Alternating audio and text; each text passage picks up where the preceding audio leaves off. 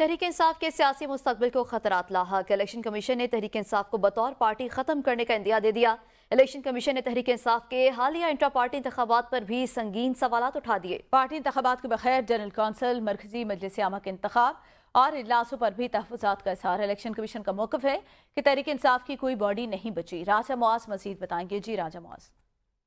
جی بالکل، تحریک انصاف کا جو سیاسی مستقبل ہے وہ خطرے میں نظر آ رہا ہے۔ تو تحریک انصاف، الیکشن کمیشن نے تحریک انصاف کو بطور سیاسی پارٹی ختم کرنے کا جو عندیہ ہے وہ دے دیا ہے۔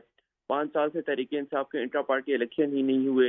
الیکشن کمیشن کا یہ بات کہنا ہے اور ان کا یہ کہنا ہے کہ مختلف تنظیمیں کیسے رہ سکتی ہیں جب ان کے الیکشن ہی نہیں ہوئے۔